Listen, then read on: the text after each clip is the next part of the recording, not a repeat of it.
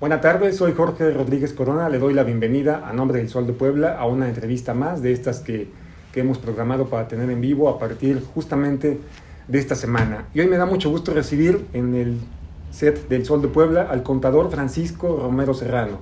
Él desde hace 16 meses, me parece que está a punto de cumplir 16 meses, fue nombrado Auditor Superior del Estado. Y bueno, pues, contador, bienvenido y muchas gracias por estar acá en su casa. ¿Qué tal, Jorge? Pues muchas gracias por la invitación. Bienvenido. Francisco Romero Serrano es contador de profesión, estudió egresado de la Universidad Autónoma de Puebla. Efectivamente. Especialista en Derecho Fiscal. Efectivamente. Fue presidente del Colegio de Contadores Públicos. Del Estado de Puebla. Del Estado de Puebla. Tiene, supongo que ahorita en receso, pero es usted dueño de un importante despacho de auditores. Así es. Bueno, no solamente se dedica a la auditoría, sino también a otro tipo de consultoría. Auditor, pues muchas gracias. Platíquenos primero, ¿cómo concibe Francisco Romero la función de la Auditoría Superior del Estado? ¿Cuál es para usted el motivo de existencia de esta auditoría? Bueno, en pocas palabras y no técnicas, porque yo creo que nos debemos de quitar de tecnicismos en estos momentos, es supervisión, certeza, verdad y transparencia. Eso debe de ser la Auditoría Superior del Estado. ¿Por qué quiso usted ser auditor del Estado? ¿Por qué entró a competir en 2019? Bueno, en realidad, yo no sé si tú recuerdas, pero yo llegué a la final con David Villanueva en el proceso del 2011. Ok, sí, así es. Sí, estas ganas las había manifestado alguna vez. Tuve la fortuna de competir contra David Villanueva, bueno, contra otro grupo, era un grupo grande también. En aquella ocasión llegamos a la terna final. No se nos dio la oportunidad de contar con el voto del Congreso, en el Congreso. Sin embargo, en esta segunda oportunidad, pues afortunadamente fuimos elegidos por el Congreso. ¿Y por qué las ganas? Porque desde la trinchera donde estamos, observamos una gran oportunidad de crecimiento y observamos que existe todavía cierto rezago respecto a la técnica en la revisión de las cuentas públicas. Sí. ¿Y quería usted ahí corregir lo que hay? Pues queremos dejar huella, queremos no solamente evolucionar la institución, sino también revolucionarla. O sea, en el número de ciclos, en el número de veces que puede llevar a cabo varias tareas, o sea, el que toda la gente pueda dar de sí la mayor cantidad de actividades posible a efecto de ser más productivos. Auditor, usted, no ha sido muchos años público, pero en los últimos años, antes de este cargo, ha sido usted crítico. Lo recordamos a usted dando ruedas de prensa cada semana en esta asociación, ¿cómo se llamaba? La AEO. En el Consejo de Organismos Empresariales. Perdón, usted era bastante crítico de lo que hacían los gobiernos. Exactamente. No solo el gobierno estatal en ese entonces de Rafael Moreno Valle, que era usted de los pocos críticos que había. Criticaba a todos los niveles de gobierno si algo no les parecía como organización. Sin embargo, cuando usted llega y es elegido por una mayoría de un Congreso morenista, y también sabemos que usted tiene antecedentes de una relación, no sé qué tan profunda, pero más o menos personal con el ahora gobernador Miguel Barbosa. ¿Responde Francisco Romero Serrano a los intereses de Morena? No, respondemos al respeto de instituciones, tanto de la auditoría para el Ejecutivo, el Legislativo y el Judicial, como de ellos hacia nosotros. Es de respeto. ¿Cuál era y cuál es ahora su relación con el gobernador Barbosa? ¿Y cuál era su relación antes de que él fuera gobernador? Bueno, él fue de respeto, lo conocí en campaña, ciertamente.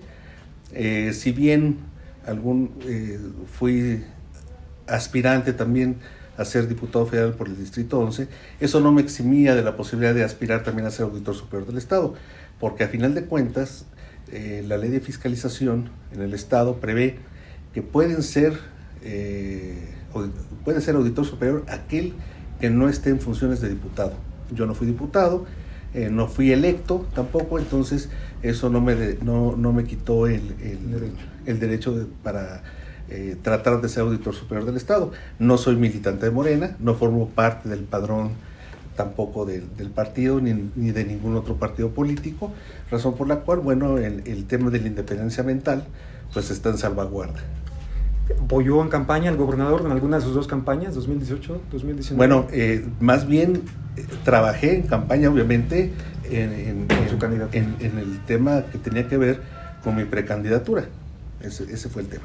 Una vez que fue designado por el Congreso en noviembre de 2019 y llega a la auditoría, ¿en qué condiciones se encuentra la institución?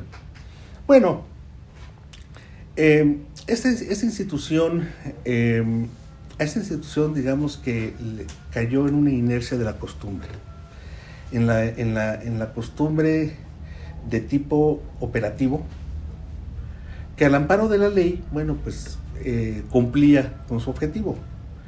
La ley de fiscalización en Puebla establece ciclos y fechas para llevar a cabo las tareas de fiscalización, para entrega de los informes individuales a la comisión inspectora y para que se emitieran los dictámenes correspondientes, pliegos de observaciones, pliegos de cargos, etc. Pero aparte de eso, el espectro se podría ampliar todavía al tema de la búsqueda de la comisión de delitos. Antes no estaba enfocada a eso, sino solamente al tema específicamente de cumplimiento financiero, auditoría de desempeño y otros temas que tenían que ver con la legalidad. Sí. Hoy, por ejemplo, con la entrada en vigor del tema de auditoría forense, que entre otras cosas busca la detección del fraude y la prevención, se lleva esto paralelo al tema que tiene que ver con el cumplimiento establecido en la ley y que se encuentra contenido al interior de la misma y que además tiene fechas específicas. ¿Por qué la mayoría de la ciudadanía se queja de que los resultados, sobre todo en el orden penal, sí, se dan con 2 o 3 años de que ya salió el presidente municipal o ya salió el funcionario y apenas se conocen los resultados, precisamente por ese orden que lleva la ley? Sin embargo, al amparo de lo que también otras leyes específicas, sobre todo el Código Penal, establece respecto a las responsabilidades de los servidores públicos y también a la ley de responsabilidades, cuando un funcionario público es conocedor de que se comete, de que es posible que se haya cometido algún delito, es la obligación denunciarlo. Y bajo ese esquema que nosotros estamos operando. Esto tiene algo que ver con... hemos escuchado como medios de comunicación 2 versiones distintas. Sobre todo servidores públicos a los que ya se les aprobó alguna cuenta pública en el pasado. Algunos políticos, principalmente otros partidos, dicen les vamos a reabrir la cuenta, o el Congreso, cuando llega un Congreso nuevo, dice les vamos a reabrir las cuentas, y los extitulares dicen no me la pueden reabrir. Con este tipo de investigaciones de auditoría forense se puede ver cosas del pasado. Una cosa es la reapertura de la cuenta pública, que técnicamente el concepto no existe en la ley. Okay. Ese concepto por eso no es posible. Por eso no es posible. Sin embargo, en efectos causísticos, sí se puede llevar a cabo investigaciones extraordinarias aún aprobada la cuenta pública, porque la aprobación de la cuenta pública es para efectos de que la ciudadanía tenga conocimiento de que en el plano financiero y en el plano de legalidad y en el plano que tiene que ver con el desempeño, bueno, razonablemente se cumplieron con las cifras, no así la detección de fraude. Porque el tema de la detección de fraude oscila en otro parámetro que va con el asunto penal y que se confunde su determinación con el camino que lleva la revisión normal de las cuentas públicas por parte de la Comisión Inspectora y por parte de la Auditoría Superior del Estado. La pregunta, ¿entonces es posible castigar hechos de corrupción del pasado de funcionarios a los que ya se les haya aprobado sus cuentas públicas? Efectivamente, siempre y cuando no hayan prescrito. Ok, todo depende de eso. Ahora, sí. Fíjate lo que son las cosas. Es diferente la prescripción por concepto de la revisión de la cuenta pública a la prescripción en el orden penal. Okay. O sea, entonces, esa confusión, algunos exfuncionarios sobre todo, los lleva a pensar que por el hecho de que ya fue aprobada la cuenta pública, pues los posibles actos de corrupción ya quedaron en el olvido. No. Si existe denuncia de por medio, si existe algún indicio, si existe alguna demanda ciudadana o a gestión de la propia autoridad, encontramos que puede haber existido en forma predeterminada, premeditada, con la alevosía y demás, y con la intención de engañar a la Auditoría Superior algún hecho delictivo, bueno, es nuestra obligación investigarlo y denunciarlo. Contador, sabemos que el auditor superior de la Federación, David Colmenares, ha recomendado para todos los estados que las auditorías locales trabajen con auditores propios, no trabajen con empresas externas. ¿Cómo está el tema de Puebla ahí? ¿Y qué opina usted sobre eso? Bueno, no quisiera yo caer en alguna controversia con el titular del Auditorio Superior de la Federación, porque al final de cuentas es su opinión. Sí. Y en esa materia yo lo respeto. Sí. Sin embargo, si nosotros no dependiéramos en un momento de los auditores externos, no hay personal que nos alcance para, en una forma eficiente, llevar a cabo una revisión que nos dé resultados satisfactorios. Sí, ok. Esto no lo dice el auditor, lo sabemos por comentarios que nos han hecho acá localmente en Puebla. Sabemos que el tema antes, no sé ahora, usted nos dirá, pero quizá las cosas sigan igual, porque lleva poco tiempo usted, pero sabemos que el tema de la contratación de despachos de auditoría, sobre todo en los ayuntamientos, se prestaba mucho para el tema de la corrupción.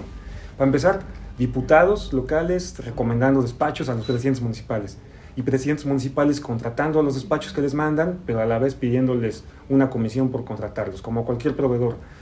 Y pues todo se pervierte porque entonces ya no se tienen investigaciones que realmente puedan sacar a la luz hechos de corrupción. ¿Cómo está ese tema? Bueno, es el hecho de que a un despacho lo contrate el propio ayuntamiento le resta independencia mental. Sí. Y al restar la independencia mental, bueno, obviamente la búsqueda y sobre todo el cumplimiento de lineamientos emitidos por la Auditoría Superior del Estado, en un momento determinado se ve violentado. No en todos los casos, sí, porque hay muy buenos profesionistas, hay muy buenos despachos también, hay de todo en esto. Sin embargo, esa es la razón por la cual se promueve que en los próximos años las designaciones se hagan a través de la Auditoría Superior del Estado, mediante un esquema de calificación de los propios despachos que mida su capacidad, infraestructura, recursos humanos, a efecto de que se pueda determinar si el despacho es competente para llevar a cabo la tarea de revisión de determinado sujeto de revisión. ¿Esto ya se hace o va encaminado hacia allá apenas? Está encaminado hacia allá. Este año ya no dio tiempo, sobre todo también por los asuntos electorales. Yo espero que el próximo año ya estemos operando en ese tema. Y entonces sea la propia Auditoría Superior la que haga las designaciones correspondientes. Auditor, ¿por qué su primer acto público, por lo menos público, e incluso al día siguiente de que fue designado por el Congreso, su primer acto público como auditor fue emprender una auditoría en contra de la UAP? Hasta me dio tos. Hay un dicho que dice, hay una premisa que dice, quien puede lo más, puede lo menos. Sí. Y dijo, me mido con la UAP, con el rector. Bueno. ¿Y por qué no? Ok. Además, entre otras cosas, los hechos públicos y notorios respecto al enriquecimiento de los rectores pues nos daba una muestra de lo que teníamos que hacer en Puebla. Sí. Entonces, bajo ese esquema y sin que nos temblara la mano, teníamos que actuar. Sí. Y por eso fue el primer acto como auditor superior. ¿Hay alguna consigna personal en contra de Alfonso Esparza? Ninguna. Del rector, ¿no? Ninguna. ¿El gobernador le pidió auditar a la UAP? Absolutamente no.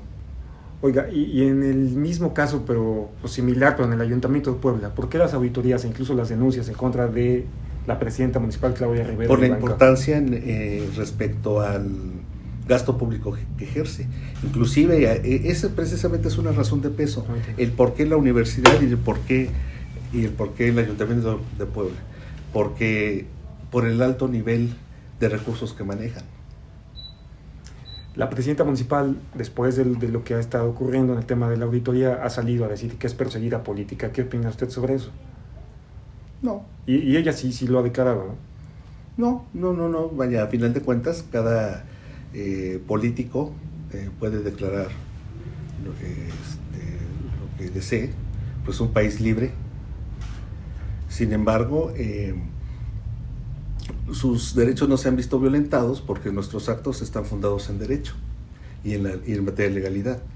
Entonces, mientras nosotros actuemos bajo un esquema apegado a la ley, no existe tal violencia política. Por tal motivo, pues no hay absolutamente ninguna persecución en este orden.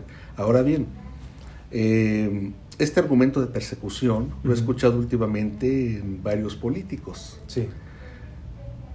En primer lugar, nuestro papel como Auditoría Superior es investigar, es llevar a cabo trabajo de campo. Nosotros no perseguimos, el que persigue es el Ministerio Público. Nosotros lo único que hacemos es investigamos, determinamos y denunciamos. Y el Ministerio Público se encargará de las acciones persecutorias. Entonces, los argumentos respecto a las persecuciones, bueno, inclusive técnicamente ni siquiera existe facultad en la Auditoría Superior para llevar a cabo actos de persecución. Justo eso le iba a preguntar, ¿hasta dónde llega el brazo legal de la auditoría? Entonces usted no mete a la cárcel a nadie. No, es más, nosotros presentamos la denuncia y queda en manos de la Fiscalía General del Estado y en este caso de la Fiscalía Anticorrupción, en materia de anticorrupción, el hecho de determinar si se judicializa o no. Y en estos dos casos concretos de la UAP y del Ayuntamiento de Puebla, ¿ya hay denuncias en el Ministerio Público? Por supuesto. ¿En los dos casos? En los dos casos, y ya pues dependerá precisamente de la Fiscalía la judicialización o no de estos asuntos. Ya nos dijo el Ayuntamiento, y bueno, hablo del Ayuntamiento porque hay más municipios y hacia allá voy. Eligió el Ayuntamiento porque es el más grande y el que más recursos maneja. Efectivamente. ¿Qué pasa con los demás municipios? Porque seguramente hay hechos ilícitos en los demás ayuntamientos. Absolutamente todos son sujetos de revisión. ¿Y cómo están eso ahorita? Bueno, nos dimos a la tarea de formular una agenda en materia de importancia respecto al nivel de ingresos que tiene cada uno de ellos, el nivel de denuncias ciudadanas que hay, y de esa forma llevamos a cabo nosotros varias auditorías. Una de las novedades que traje a la auditoría, y digo traje porque no existía el procedimiento, era la revisión de los comprobantes fiscales digitales, como lo hace el Servicio de Administración Tributaria, para determinar si existen o no operaciones simuladas. Sí. Nos dimos esa tarea, introducimos una línea de investigación basada en ese tema y hasta el momento llevamos más de 30 denuncias presentadas sobre expresidentes municipales que utilizaron ¿Facturas falsas? Pues más bien utilizaron empresas fantasmas para simular operaciones de adquisición de bienes o servicios en perjuicio del erario público. Entonces, esto por ejemplo es algo sumamente novedoso. Esto es algo que nunca se había hecho. De hecho, ¿utilizar empresas fantasma es el modus operandi más común en los municipios para desviar recursos? Bueno, en respecto al periodo que yo estoy revisando, sí, y que fue el más conveniente, que es 2014-2018, sí, fue el modus operandi más cómodo. ¿Y por qué? Pues porque como no había supervisión sobre el tema, no había inspección sobre el tema, bueno, pues se llevaban a cabo los procesos de adjudicación y demás. Es más, hay cierta... platicando con una gente del Ministerio Público el otro día me decía, oye, contador, pero a ver, tengo un expediente que está absolutamente bien integrado, con un proceso de adjudicación, que si usted maneja un checklist, está a prueba de balas, está toda la documentación.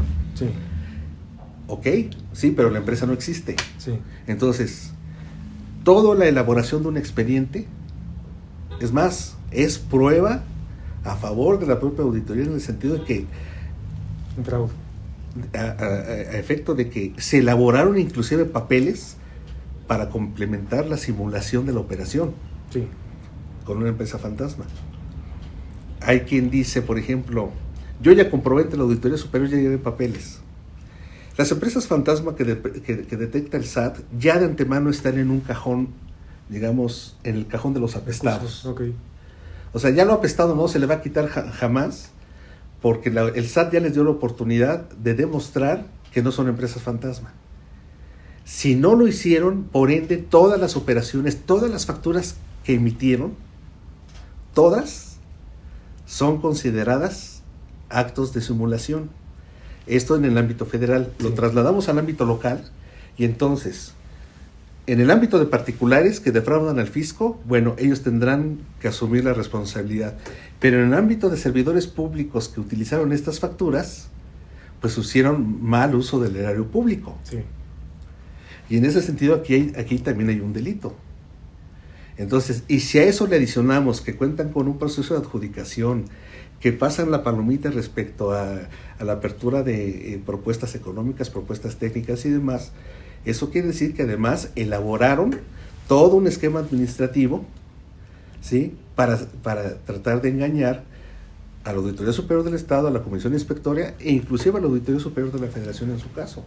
Y de esos 30 expresidentes municipales donde ya encontró casos concretos, ¿se recuerda? ¿Tiene en mente cuáles son los más importantes? ¿Nos puede decir algunos? Bueno, yo creo que no creo que es... Puebla es uno de ellos. No precisamente, no. Ahorita todavía hablamos de ex, ya estamos hablando de ex, ¿no? Estamos hablando de expresidentes. Sí, expresidentes. Yo lo que te puedo decir es que del 100% del universo de presidentes municipales que hemos revisado, el 99.8% tiene de este tipo de prácticas. Incluyó en eso, exactamente. ¿Y de los presidentes municipales en funciones también está haciendo ese tipo de revisiones ya o esos van más adelante? Todos. ¿Ha encontrado, digamos, ahorita que está auditando el Ayuntamiento de Puebla, ha encontrado que también haya empresas fantasmas? No, aunque no lo crean. O sea, el tema actual no tiene que ver con empresas fantasmas. Los presidentes municipales anteriores sí, el tema actual no. Sin embargo, vaya, los modus operandi de cada servidor público que incurre en un ilícito es diferente. Y entonces, yo no digo que no exista culpabilidad o que la administración actual sea absolutamente transparente, no lo sé. O sea, sin embargo, tengo que agotar otros procedimientos de revisión para determinar si existe algún tipo de responsabilidad en el orden administrativo o en el orden de la comisión del delito. Pero de esos expresidentes habla del periodo inmediatamente anterior. Exactamente. Estamos hablando de expresidentes municipales. Y de los expresidentes municipales anteriores, pues prácticamente ninguno pasó la prueba. Todos tienen operaciones simuladas. Al menos los últimos 3. De los funcionarios estatales que ha denunciado o acusado públicamente el gobernador del estado, hay un caso concreto que hizo mucho ruido, cuando dijo que en el CAPSE se gastó, se pagó, se pagó a empresas por escuelas que no existen. ¿Usted le tocó investigar eso? No. También hay una Secretaría de la Función Pública que se encarga de eso. Pero sí nosotros encontramos operaciones con empresas fantasmas, 430 millones de pesos. ¿En dónde? ¿En el CAPSE? En CAPSE. Ok. ¿Y en otras dependencias del gobierno del estado? También. ¿Puedo decir? ¿En cuáles? Todas. También. CAPSE, SEASPUE, Secretaría de Finanzas, Secretaría de Salud.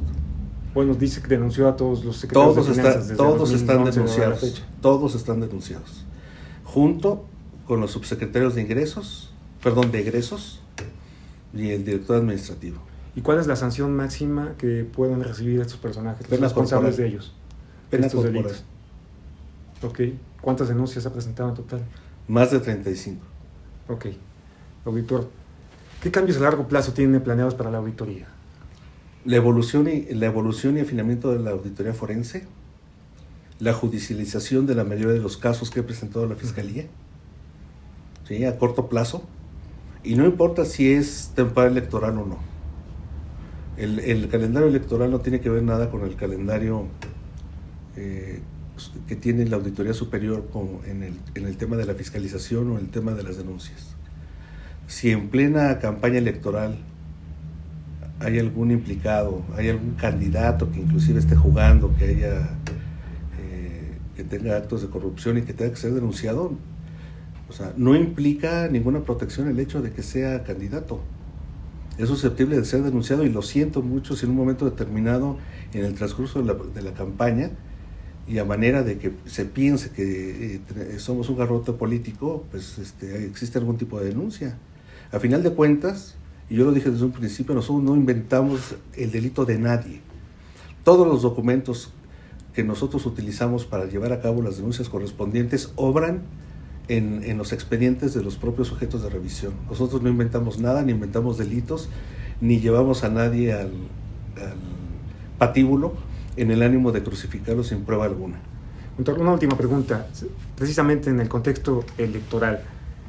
Si cambiara la conformación partidista del Congreso, ¿se afectará el trabajo de la auditoría? Mientras nosotros no dejemos de ser técnicos, no tendría por qué. Ok.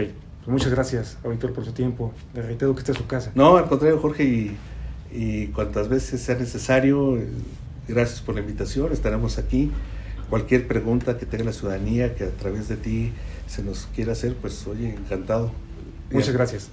También le agradezco a usted que nos haya acompañado en esta entrevista y lo invito a que esté pendiente el próximo lunes. Tendremos una más. Gracias, buen fin de semana.